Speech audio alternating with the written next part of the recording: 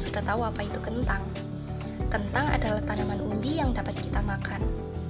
Di Eropa, tanaman ini menjadi makanan pokok, meskipun awalnya datang dari Amerika Selatan. Kini, di Indonesia juga banyak sekali masyarakat yang mengonsumsi kentang.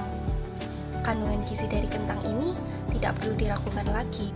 Selanjutnya, saya akan membahas gambaran pasar terhadap kebutuhan kentang. Kebutuhan kentang untuk industri olahan makin terbuka lebar. Namun, tidak hanya untuk industri dalam negeri saja. Kebutuhan kentang di pasar ekspor juga terbuka lebar. Sedangkan di dalam negeri, industri makanan khususnya camilan juga meningkat pesat. Kebutuhannya mencapai 100 ton per hari, khususnya untuk industri keripik.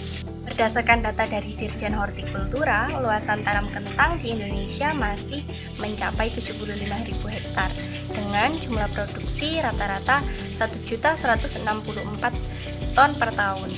Pengalaman seorang pengusaha kentang yang saya kutip dari Harian Kompas mengatakan, industri kentang yang semakin banyak itu semakin baik. Karena pemasaran di era sekarang tidak lagi sulit seperti dulu. Selain apel yang menjadi oleh-oleh khas Batu, keripik kentang juga menjadi oleh-oleh khas Batu.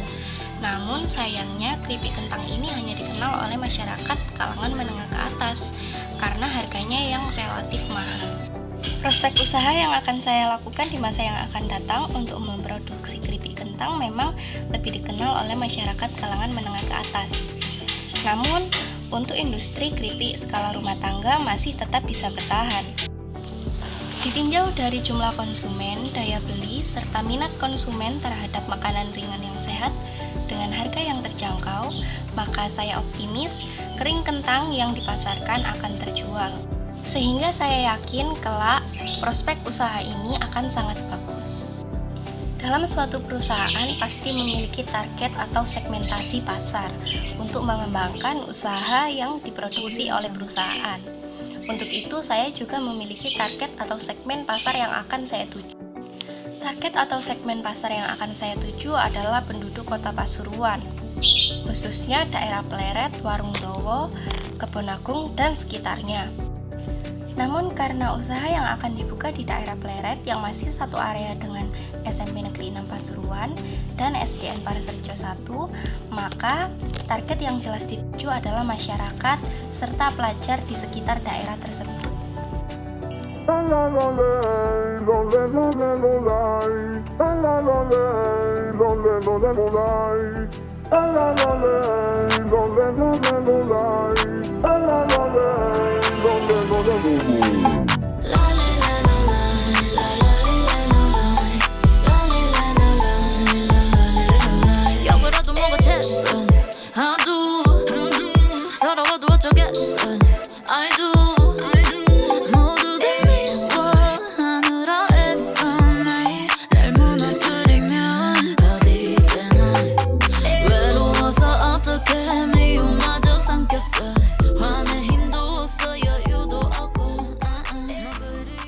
Produk kering kentang Restivi ini merupakan produk homemade. Di sini, kentang diolah menjadi camilan yang lezat dan berbeda dari olahan kentang pada umumnya. Saya mengolah kentang menjadi camilan berbentuk stik kecil dengan 3 varian rasa. Selanjutnya, saya akan membahas tentang gambar kerja dari pembuatan produk kering kentang ini. Pada gambar kerja ini dapat dilihat bagian-bagian dari produk kering kentang Restivi. Di sini produk kering kentang Restivi dikemas menggunakan standing plastik atau plastik yang dapat berdiri dengan ukuran lebar 14 cm dan panjang 22 cm.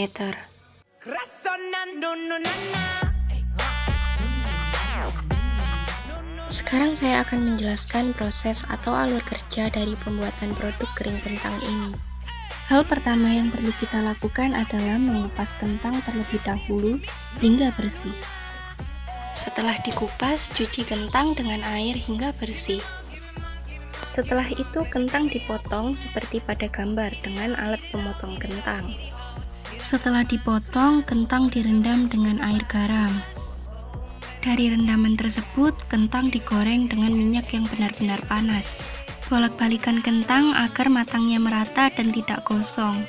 Setelah kentang sudah berwarna kuning keemasan, angkat lalu tiriskan. Selanjutnya, bumbu halus dibuat dengan menghaluskan bawang putih, bawang merah, dan cabai. Bumbu halus yang sudah jadi lalu dicampurkan dengan kering kentang dengan cara mengaduknya perlahan-lahan agar kering kentang tidak patah. Untuk kering kentang dengan rasa lainnya bisa dicampurkan dengan bubuk cabai. Jenis kemasan dan lama penyimpanan ternyata berpengaruh terhadap kadar air dari kering kentang. Semakin lama penyimpanan, maka kadar air dari kering kentang juga semakin tinggi. Dari artikel yang saya baca, kemasan yang baik untuk kering kentang adalah kemasan plastik jenis polyethylene, polypropylen, atau aluminium foil. Saya memilih kemasan standing pouch dengan bahan polypropylen dengan plastik transparan sehingga memudahkan konsumen untuk melihat produk secara langsung. Selain itu, banyak sekali kelebihan dari kemasan standing pouch ini. Di antaranya, kuat dan tidak mudah sobek, resisten terhadap lemak, minyak, dan komponen lainnya. Lalu harganya juga terjangkau.